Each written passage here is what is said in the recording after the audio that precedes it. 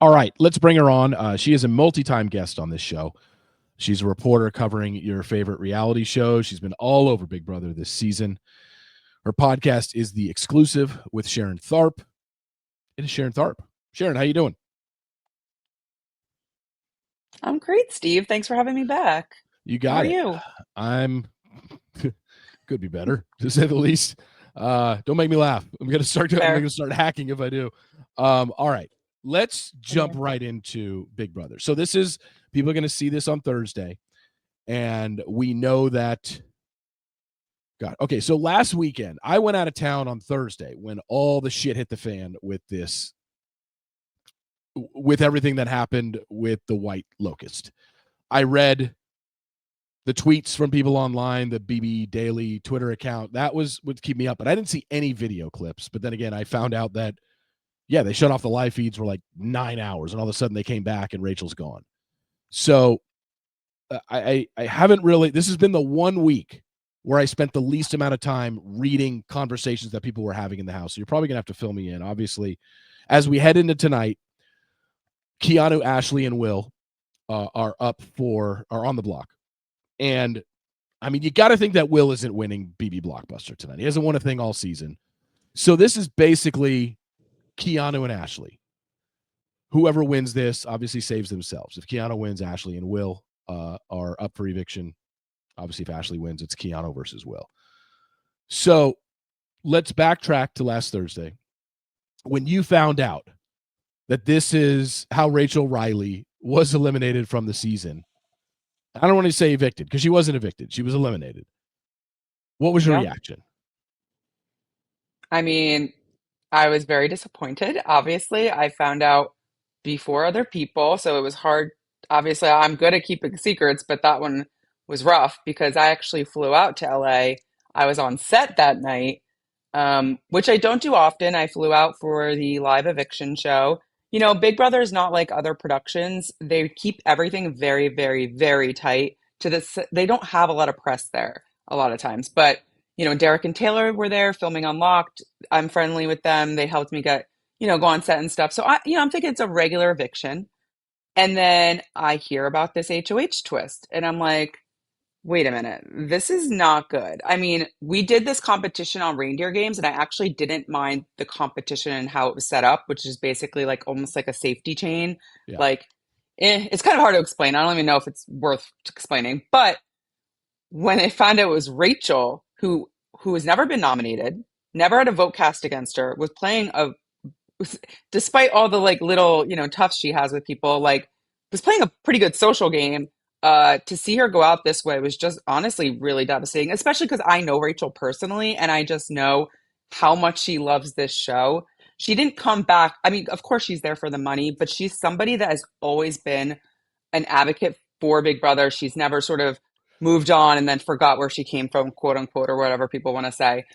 So when I found out, I was devastated for her, and I knew this was going to get backlash. I was like, "There's no way CBS, in my mind, thought this through enough." But again, that's just my opinion.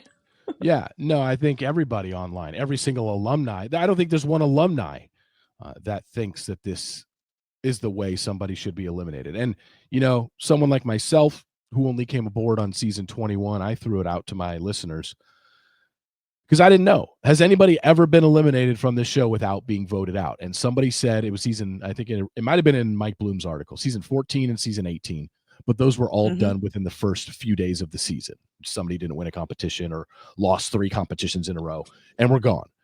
And I was like, Yep. I cannot believe they did that to a legend 60 days into the game. Like that is just unheard of. And I know that you get to interview people maybe at the end of the year, you get to interview Julie or Allison, but man, I understand. I already know what their answer is. It's going to be expect the unexpected, but I'm fine with that phrase when it comes to giving someone an advantage, giving someone automatic immunity. It shouldn't be you can get eliminated from this game if you don't do well in a competition. I'm sorry. It's just not that's not the Big Brother game. And I know they're going to stick by expect the unexpected, but to me, it's cop out. It's bullshit. I agree. I honestly, even if, again, people have been arguing like, well, what if Kelly went home? We don't like Kelly. I don't think that, let's be real. There wouldn't have been the amount of uproar there is with Rachel. I completely think that. For But sure. do I think there would have been an asterisk next to Kelly? Like, wow, she kind of got effed over. Yeah, I do, because I don't think it's a fair. I mean, Big Brother is always billed as a social game. There's always going to be competitions involved, but the whole point is you're voting out the people you live with. I just feel like these fundamentals of the game were not there on Thursday, and I just still can't wrap my brain around this. And even Steve, even the house guests themselves, who didn't even like Rachel, are saying, wait, we can just go out on a competition. This mastermind comes in and just takes us out. So, like, that's how you know it's bad, when the house guests themselves are like, we're ready to put up Big Brother production on the block, because what is this? I know. And it's so bizarre that it happened the way that it did. And people still don't understand it. And I had messaged you a couple days ago, and I saw your tweet on, I think it was Tuesday. You were like, hey, everyone, send in your questions. I'm interviewing Rachel. And there was still a part of me that was like, I I know. wonder if this is a ruse. And while Sharon thinks she's interviewing Rachel, we're going to find out that she's not, because I could not wrap my head around the fact that this is the way they were going to eliminate the most polarizing player of the season and someone who clearly had a good shot of winning this thing. And I still was holding out hope. And then Yeah. when I watched Tuesday night's episode, I'm like, no, this is done. They wouldn't have done that type of exit for her, and her hugging Tyler and her crying in her confessional to be like, yeah, you got a chance to win yourself back in. I didn't see it. Once Tuesday night's episode, I was like, oh, we're done. And Yeah. it's really weird to see. Now you finally did get to talk to Rachel yesterday and submit your. When I say talk to her, I use that phrase lightly because you don't get to interact with her. You get to submit questions, and she gets to answer them. I don't even know. Do they know when she sees the 5 questions that you sent in? Does she know they're from Sharon Tharp, or she just knows these are the next 5 questions I have to answer?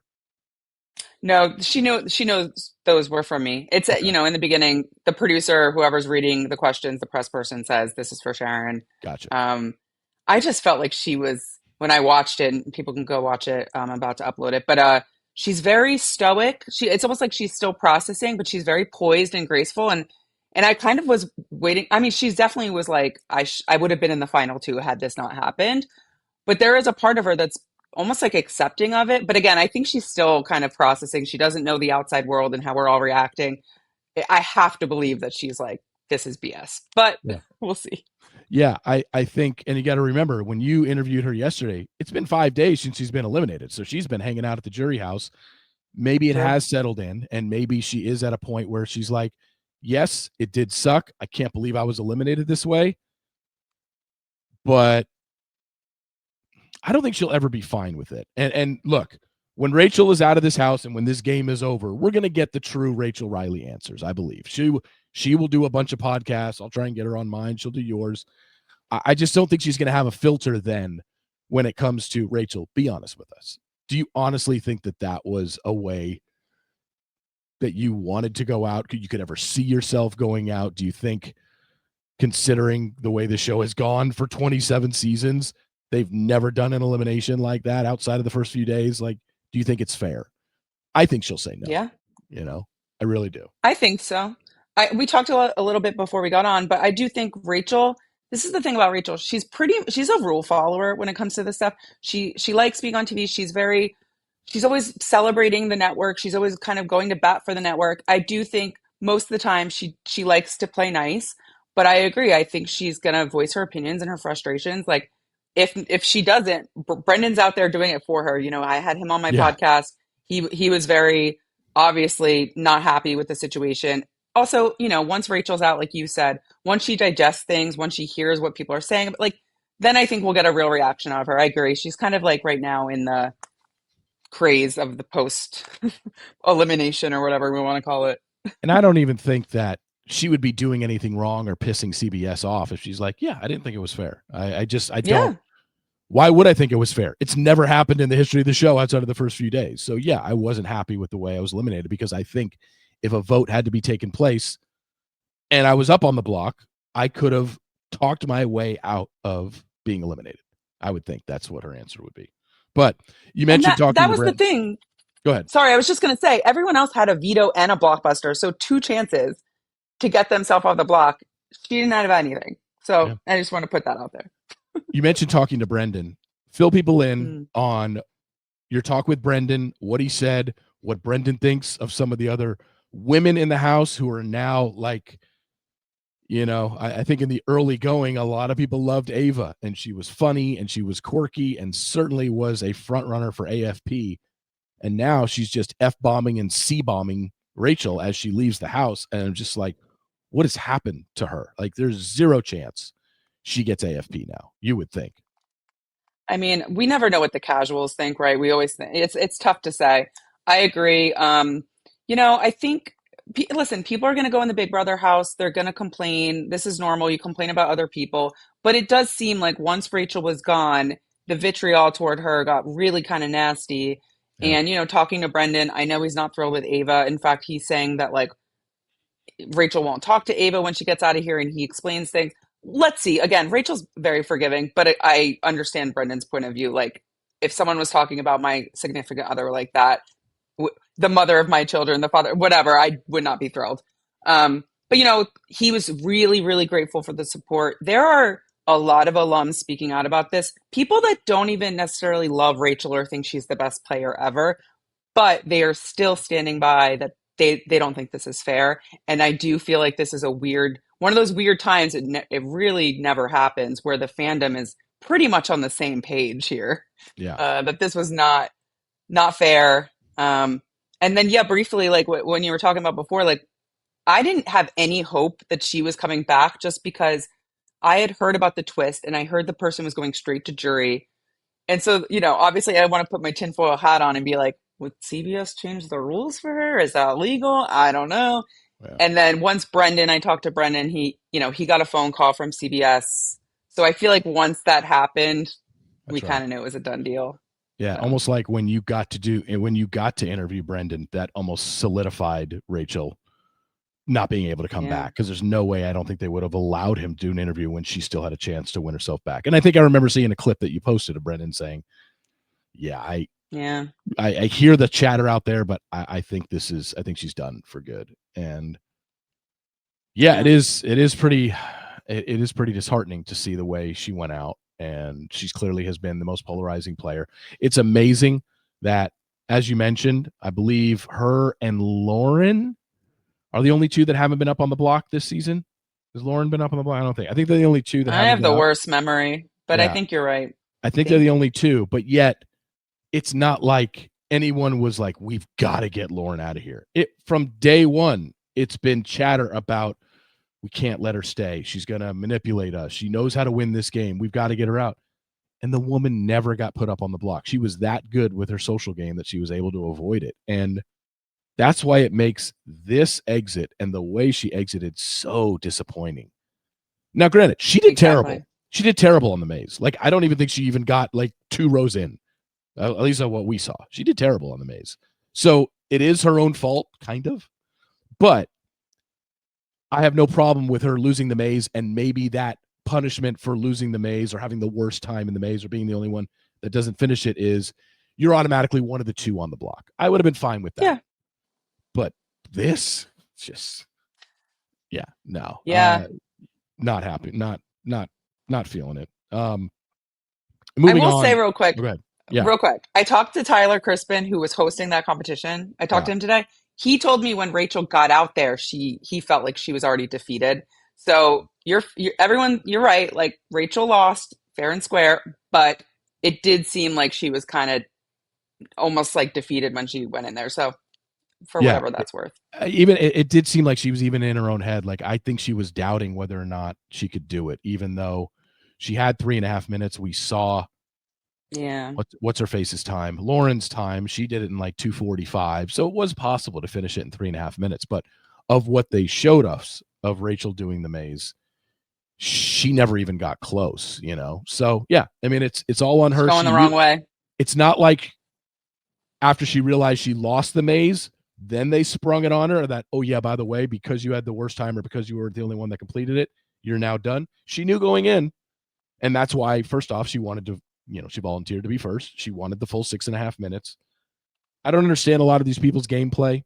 I think this season is really weird in the live feeds versus CBS. We get it every year.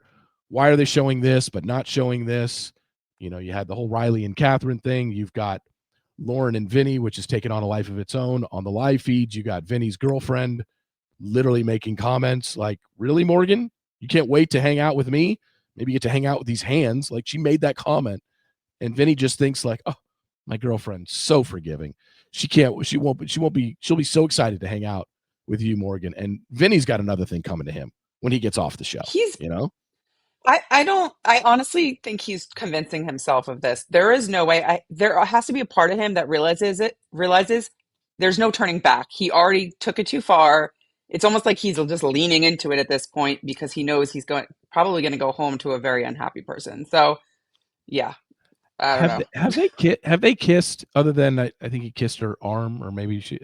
It's just lingering hugs, right? Like that's what the relationship has been. These long lingering hugs that if I'm if I'm his girlfriend, I absolutely have a problem with what I'm seeing on the live feeds and the clips that people are posting on social media and what CBS is showing. Like, there's no way. She has every right to be upset at him, even if he hasn't slept with Morgan, even if he hasn't kissed her. What he's doing is it's almost worse. Yeah, it's almost worse. Cheating. There's so much sexual tension and rubbing and like I don't want to see any of it, but like it's almost worse than kissing because it's like, what is going on here? I don't know. Yeah, they have a really weird relationship, and now Morgan is so jealous that he's spending time talking to Lauren. The whole thing is almost getting weird, and obviously all three of them, Morgan, Lauren, and Vinny, are around for another week because none of them are up on the block tonight. So looking at tonight, let's just say it's Will sitting there versus Ashley. I got to believe they're going after Ashley because no one thinks Will is a threat. Ashley's probably gone, right? Yeah, which is funny because, like, I don't know. Like, we all have thought for a while that Will's probably going to end up in a final two chair just because, like, why get out Will? But at the same time, like, I don't know. He's a nice guy. Can I see him winning against someone? Maybe. But yeah, I think Ashley is gone if she loses the blockbuster. Same thing with Keanu.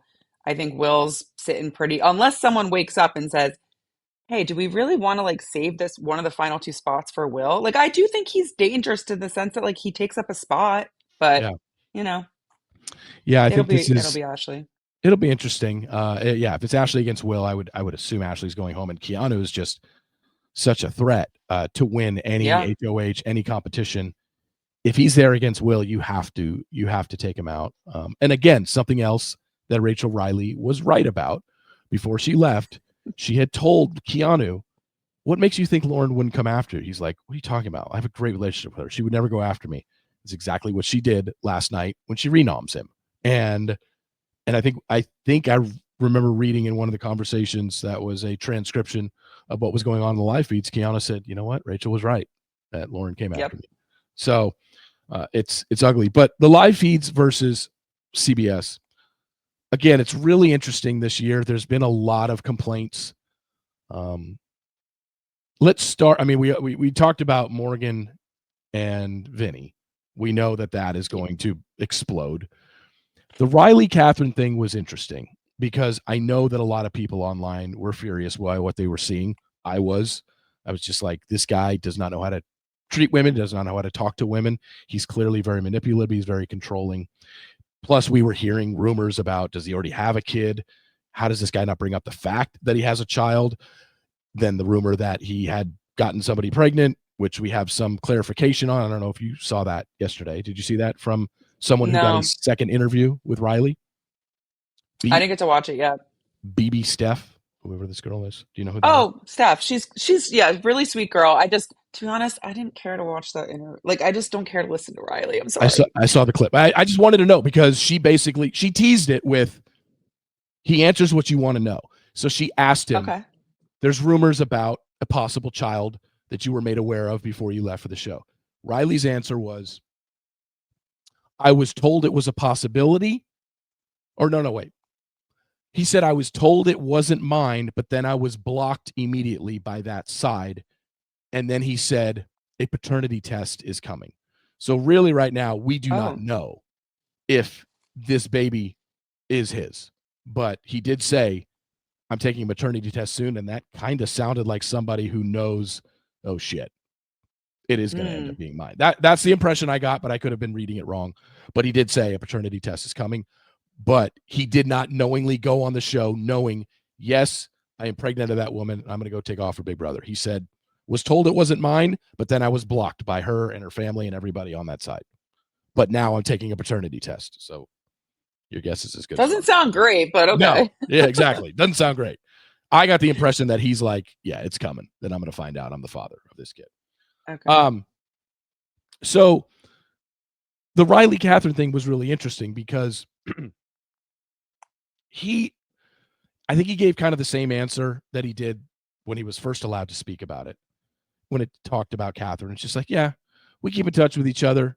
We're giving each other space, generic. He didn't say like, we're making plans to meet up, it was just, we check in on each other and we're giving each other space. That was his answer with Steph as well, which is what he said when he was first allowed to talk. But I thought, when you watched the clips of Riley and Catherine on screen, again, what did you think? And were you, I don't know, disappointed in Catherine? You did get to talk to her. You did get to interview her. What did you think of her answers when you talked to her about how Riley talked to her in the house?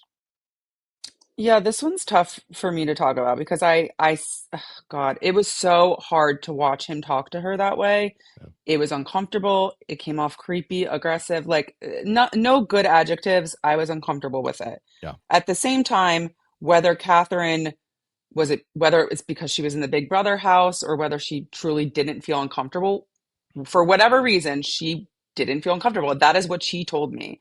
Yeah. Now, part of me thinks this girl is very young. She's these people. I want to remind people are like in their early 20s, and they're adults for sure.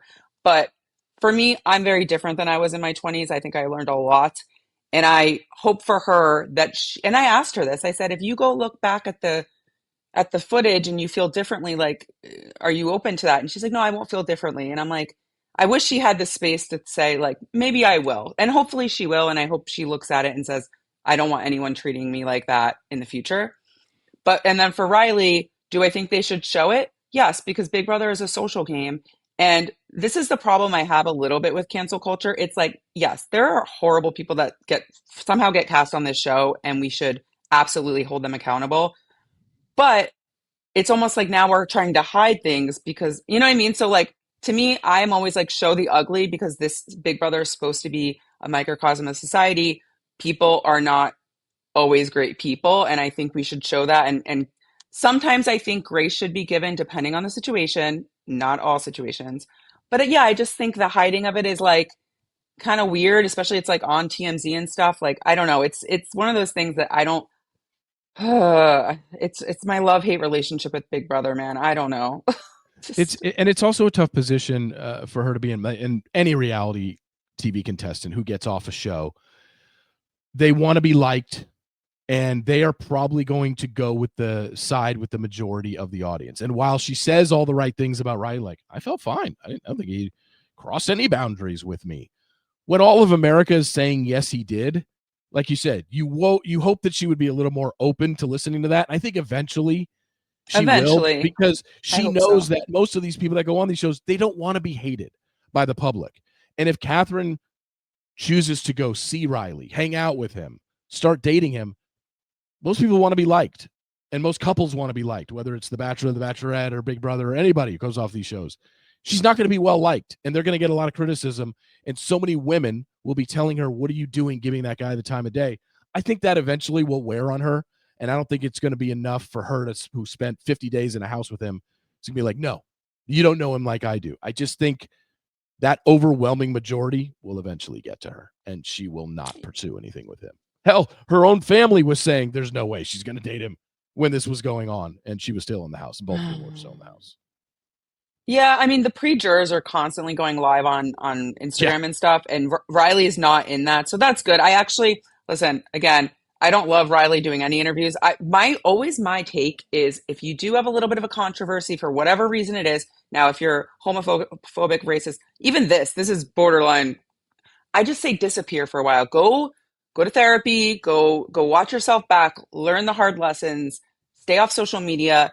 So like he did that a little bit, like he wasn't doing these Instagram lives, but now that he's doing a couple interviews, I'm like, yeah. I don't love it. And the things that he's saying is just like basically I'm just me. I love really hard. I care about everybody. It's just all flowers. That's It's not just what it is though. It's I about know. how his delivery, right? Like we're Yeah. that's not what we're criticizing him about. So yeah. I knew that Eh. that was the route he was going to take the second he got off the show and he saw all the criticism. I knew he was going to say like I didn't think I crossed any boundaries. He wasn't going to get off and be like, yeah, I was absolutely manipulating and controlling her and making her do what I do. I just thought he was. I knew he was going to say exactly what he did, and it's very hard to buy. It's just a guy that doesn't seem to understand how he comes across, and I don't. Maybe he's never even watched the clips. He's just saying it. He's thinking back on his head, like, well, that conversation we were laying there, I didn't think I crossed any boundaries. Catherine seemed to be A fine hundred with it. percent. Yeah, I don't think he realizes his mistakes or his and a lot of us don't, right? We do something and then they have the unfortunate privilege, I guess, of watching themselves back. I'm sure now, do I think I would be problematic? No. Would I say dumb stuff? Probably. We all would. But yeah, I just wish he would sort of watch it back, kind of not embrace what people are saying, but understand like, oh, I could see how I could come across. Like, I didn't realize that about myself. Like, I'm going to take a hard look at myself and work towards, when they kind of double down, I don't love that. yeah. He's So, just basically saying, I wish people didn't see me in that light. I have love for everybody. I'm just like, oh my God, with the violin here with this guy. He just doesn't get it. He yeah. doesn't see how he comes across to people is the biggest flaw, one of the biggest flaws that he has. And if he I look, I understand that he said, like, he said in the recent interview with Steph, hey, I was told it wasn't mine, so I went on the show. I don't know. Maybe he should have gotten a little more resolution on that before leaving to go on a Big Brother show. It just Maybe. seems like he was just a he doesn't seem, let's put it this way. He doesn't seem like the sharpest knife in the drawer. Is how I will describe Riley. Doesn't seem too bright. Yeah. And No we'll see what comment there. happens post show. And Yeah. the other thing he did say in the Steph interview, he plans on being at the finale night, which is actually surprising to me. I Okay. thought he would stay away, or they would not. They would tell him, "We don't want you here." I don't know. That's the way I thought about it. Are you It's surprised that he's going to the finale? I guess I guess not because CBS didn't address it. So like, but That's I'm true. interested what you think, Steve. Like, because maybe it's different for Bachelor and some of these other shows. Part of me, like when these people get out of the house, part of me wants to just like coddle some of them and be like, don't do this, don't do this. Like Yeah. they don't have publicists, they don't have a ton of media training. And I want to help them almost because like I'm like that's why I'm saying like I feel like he should have taken some time away. Same thing with like Catherine, how they should handle this. I feel like there needs to be more guidance because this is not a normal situation. I don't know how they do it on the and CBS does try to help them. I know they try, but once people are going on TikTok lives and all this, it's a different game. So I don't know. You mentioned the TikTok lives, and again, I do remember last year a few went on live, but and I have nothing against Jimmy and Adrian and Catherine and Zach doing lives seemingly every day. It seems like I've seen Some clips of them every are day. kind of yeah. The clips actually, Jimmy's kind of hilarious. But anyway, yeah, Oh, he is. He's one of my favorite characters this season. he's good. I'm so bummed that he didn't last longer because I think he had a good shot to win this thing because he was so good with his words. But just going back, TikTok's only been around what 5-6 years when it really got popular. In these last 5 or 6 years, or basically since COVID, did a lot of them do this? Whether it was TikTok Live or Instagram Live, did early pre-jurors constantly put out a new show every week and talk about like, is this is It's is fairly this new. cat is this cast doing way more than previous casts? I believe so. Yes. Yes, for sure. With because I'm actually surprised because I don't think a lot of this cast is going to be friends afterwards, but we'll see. Yeah. But but yeah, I would say it really ramped up the last season or two. Before that, yeah, they'd go on Instagram and stuff, but they weren't going live every day. To me, I think it's a little bit of overkill, but at the same time, the show is airing live, so go for it. Like you know, I have nothing against them if they want to do that. That's great.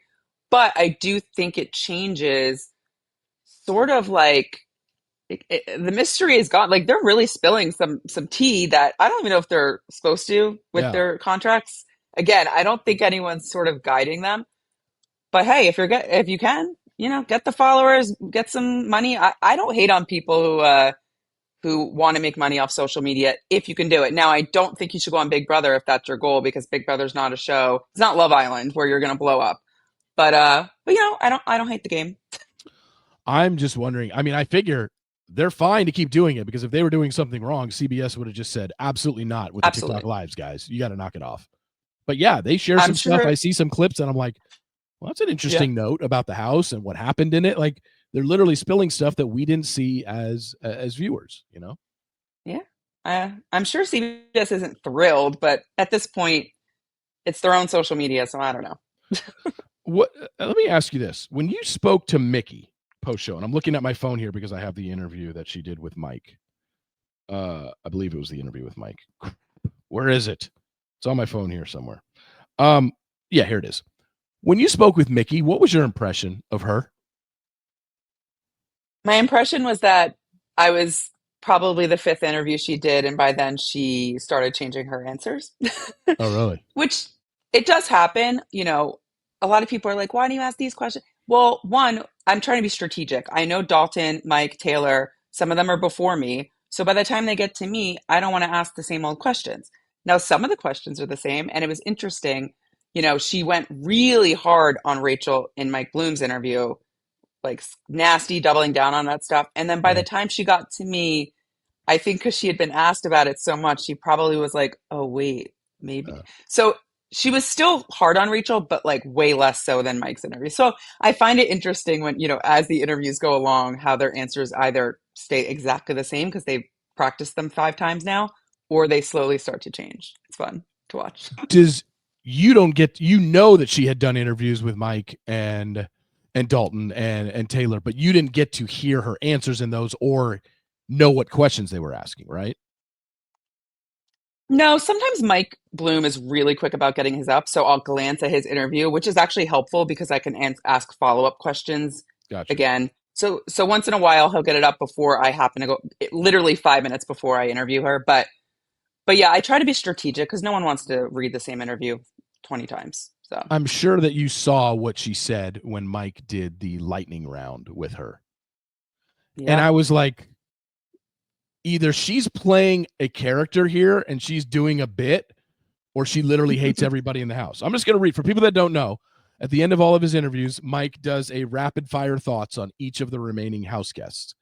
So he just said, he just goes down, whoever's remaining. So he went to Mickey and said, all right, your thoughts on Ashley, diabolical, Ava, conniving, Keanu, oh gosh, disgusting, Kelly, weird, Lauren, weak, Morgan, snake, Rachel, boring, Vince, bored, and finally Will, sweetheart, as my voice cracks, Peter Brady style. So the only Sweetheart. person she had one nice thing to say about was Will. And I just found that so off-putting, and I didn't understand. And it could have been, you know, it's less than 24 hours after she was eliminated. She could just still be bitter, but that seemed really rude to throw those words out against everybody in the house. But again, I don't know if she's playing a character or doing a bit. I don't know. I know. And like, listen, Rachel Riley is not, if anything, is not boring. But with Mickey, I have a love-hate relationship because, like, listen, if you want to be a villain, I love a good villain. We all love a good, we need that on TV. Um, but yeah, I also couldn't tell sometimes. Some of the things I thought she said in the house were kind of over the top and personal, especially about Rachel that I didn't love. But again, I know in there you get heated and you might say definitely things you don't mean. But yeah, I thought she went really hard on the cast, and sometimes that's just them still processing everything and just being pissed. You know, I see that she's talked to Jimmy, I think, since then. I'm sure I have a feeling she'll smooth over some of those relationships. But like part of me kind of loved that she was just being real, but then the other part of me is like, girl, like like you know what I mean. Yeah, Like I I'll said, take it. a lot of these people don't. They want to be liked by the public. They can say like, I don't care what people who don't know me think about me. It's a Mm, flat out lie. I've talked to and seen enough contestants. They absolutely care what the public thinks about them. And if Mickey continues to just trash people in the house, especially trash people that like Rachel, who America loves, they're immediately just going to not like you by default because I like Rachel. You're insulting Rachel. Therefore, I don't like you. And that's just the way it's going to go. So for her to call Rachel boring, I don't even know where she comes up with that. But then she kind of played into the role. I think someone asked her, it was either Mike or Dalton asked her about, the Mictator and being like a dictator in the house. And she kind of leaned into that. Oh, I like that. I like the Mictator. And she didn't know that she was being called that, And I'm like, so maybe she's just playing a yeah, character. Maybe she's playing it up. it wouldn't be me. Like I would never want to like be that sort of villain role. But like Yeah. again, I I don't. It's like it frustrates me because I'm a fan of Rachel. I'm like, why do you think of this about all the people? But the other part of me is like, Big Brother is meant to not be a kumbaya thing. So like, if we get a bitter house guest every once in a while, sure, I'll take it. As Yeah. long as it's not too mean. I don't like when it's too mean, but you know. Yeah. Yeah. No, I'm just under the impression like this is just it's just really weird to have that type of, but again, when she was interviewed, it was less than 24 hours after her elimination. She was probably still processing everything. And she kind of went Yep. with, I'm still pissed off. But if she continues that 20, 30 days later on finale night when she's doing red carpet interviews, it's not going to come across well. She needs to lighten up. No matter how Oh, she felt I about them, hope. you need to lighten up. It doesn't make sense to continue saying like, well, on day 46, you did this to me. It's like, get over it. We're on day 85 now, So Yeah. wrap up with a couple things here. Other shows that you're covering. Did you cover Survivor Australia or no? I didn't, but I watched every second of it and it was amazing. That's what I hear. I had heard that So Parvati good. won, and I was able to keep my mouth shut. Before the season even started, I had heard through the grapevine that she won and it was going to be iconic. And apparently it was. I don't even know. I mean, I've never watched Survivor Australia. I watch every episode of US Survivor, but I've never watched Survivor Australia. I don't even know how to. Is there a certain website I would have to go on to watch it? How do you watch it in the States? Yeah, I mean, I just like get it from some random website that some fan or someone on Twitter sends me, to be honest with you. Yeah. It's not that easily accessible. And then you have to find like click a million things and there's ads. You know how that Yeah. nonsense is. But I do think it's worth a watch. I've only caught half a season of Australian Survivor before, mainly because it's so many episodes and it's like 24 people. It's like a lot. It's But this on, this one you was know, pared down, right? It was exactly. It okay. was 16 days. It was like yes, it was 3 episodes a week, but it was only on for like 3 weeks. So it was like a very short stint.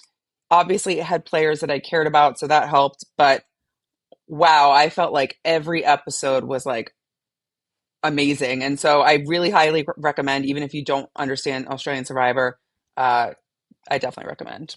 Well, it seems like it was basically like a season of Celebrity Big Brother, where they just condense it Yeah, 3 times a week for yeah. 3 weeks. Um, just your thoughts. I don't think you're a huge Bachelor and Bachelorette person, but you have an idea, having watched reality TV. What are your thoughts on Taylor Frankie Paul getting named as the next Bachelorette? Like, what do you think about this? It's it's a complete shift in what this show is now. Like, people have said for years, why do we keep recasting retreads? Why does it have to be someone from the previous season? And I've always understood that because they have a built-in storyline. But there was always that faction out there that said they should cast a, C or D-list celebrity or an influencer. And they basically just said, fuck it. That's the way we're going. I mean, Taylor Frankie Paul has 1.7 million followers on Instagram. She got 5.7 million followers on TikTok. Like, that's why she's our Bachelorette, not because I'm sure she's a great woman. She does have a DV arrest in her past, which is very, very questionable. My whole Oh, thing is I didn't know that. yeah, she threw a chair at her husband and it accidentally hit her kid. It's on film. Oh, Jesus. So my thing was, if you're going to go, with an influencer, I'm fine. We've had literally 29 Bachelor seasons, 21 Bachelor. This is the 51st season, and they've never cast a celebrity in that role, male or female. So I'm fine with them switching it up, just like they switched up how they did Paradise. I just think they could have found somebody that had 1.5 million followers on Instagram and 5 or million TikTok followers that didn't have this past, not to mention Mormon living in Utah. So any guy is going to have to pack up his life and move to Utah with a woman who's got 3 kids from 2 different dads. It just seems like, why do you want to go that route? I don't know. Your thoughts on Taylor Frankie Paul? Do you watch the Mormon show or no? I don't. Neither do I. It's one of those I guess should, for just to know what people are talking about. I think, and you correct me if I'm wrong, but when this kind of thing happens, a lot of times to me it's like the beginning of the end. Like, Yeah. okay, whatever's going on, either we're not getting ratings or we just need a really big change. We're going to throw in someone that people like. It's hard to come back from that. I'm curious if this is going to be the new norm. Like, I remember back in the day, I think Kristen Cavallari and some other single celebs were like open to being on the show. They never did it.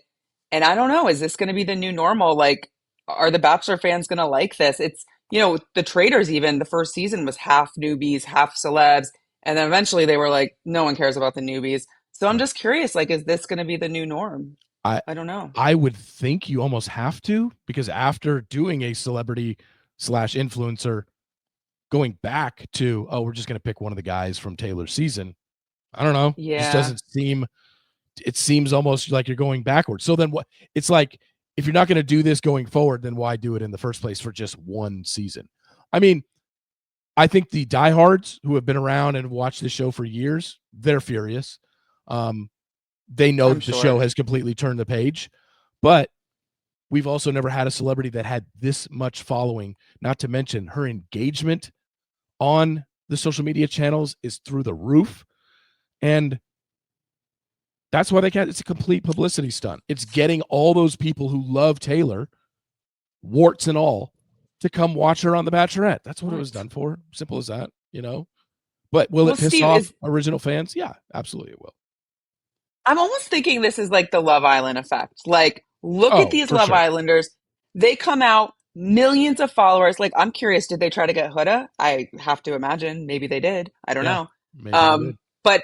But the amount of followers and just how Love Island blew up, I'm assuming every other dating show is looking at that as the pit, that's what we need to be next. But yeah, I think it's come to a point where, network TV is down across the board. People don't watch network TV anymore. They're much more into the streaming shows, whether it's Love is Blind or Love Island. And they're losing. They're losing out to the streamers. So they're just like, screw it. We got to do something, but we can't just promote from within for the 50th fucking season in a row. It's just going to be the same old, same old. So let's inject some life into this. I guarantee Taylor's season is going to draw bigger ratings than Jen Tran's Bachelorette and Grant's Bachelor season. It absolutely is. How can it not? She's got so many followers. And those people are going to want to watch her. But at this point, after this season, it will be really interesting to see exactly what the franchise does. I would think they would keep this on this roll. Yeah, and I was just going to say, press would cover it more because, right, like slowly over the years, less and less press cover these long-term shows. Bachelor used to always get a cover. I think they still get Us Weekly's cover, but used to get, all that. And I just think bringing in a celeb, quote unquote celeb or reality star, just kind of guarantees that more, that this season will be covered. It'll be watched, but it also get a lot of press. Yeah, and whenever there's drama, I know that she has an ex that, is anybody be surprised? Apparently this guy that she's been seeing and on and off, I mean, if he shows up on the show, that's going to get all the people who love the Mormon Housewives shows being like, oh my gosh, he showed up and surprised her and he wants her back or whatever. So it's going to be a hot mess. Not to mention the announcement of this Bachelorette being on Call Her Daddy, which is the most popular podcast listened to by women in the world. So just getting in good with Alex Cooper and having her be the one that, I mean, every oh God, I'm dying. Every Bachelorette / Bachelor season, we either get the announcement on GMA, we get it on a tell-all show. They announced the next Bachelorette on Call Her Daddy, and the Bachelorette isn't even somebody that was affiliated with the Bachelor world, and yet the response has been through the roof. It's working Yeah, so I far. mean, again, I think they are throwing out the playbook this season. They're like, Yeah. this, we're switching it up. This isn't working anymore. Our longtime people have moved on. Our longtime fans. Let's try to bring in new people, which is definitely what they're trying to do with going on Call Her Daddy and all that. But yeah, I'm not the biggest Call Her Daddy fan if I'm being honest. So yeah, We well, I appreciate you coming on, Sharon. I'm about to of course. absolutely lose my voice here, and I'm glad you're able to come on. We'll be following your coverage of Big Brother. Probably a good chance we're going to hear you interviewing Ashley or Keanu this week, depending on who wins BB Blockbuster tonight. But yeah, this is going to be a very interesting ending to the season. At this point, I think Rachel Keanu would have been an iconic final two. And now I'm just like, I have no idea who I want to win this show. I don't find any of these people redeeming. I think Keanu might have the best story just because he was up so many times, kind of a Taylor Hale underdog kind of thing with him, where he was able to get himself off the block. He was up and down in his relationship with Rachel. I think if he's in the final two, I would vote for him, but I just don't find a lot of these people having really good gameplay and a likability factor that's kind of low. Yeah, it's hard. I don't know who I'm rooting for. I guess Keanu, because again, he has at Yeah. least a story arc. Do Yeah. I think he's the most genius player? No. No. But this is Big Brother. Yeah. Big Brother will always disappoint you a little bit, Steve. Yeah. Just at least a little bit. Yeah, for sure. But No, thank there's you no for there's, having me. there's no doubt about it. Anyway, thanks, Sharon. I really appreciate it. And we'll talk soon. We'll be in touch. Thank, thanks, Steve. Appreciate it.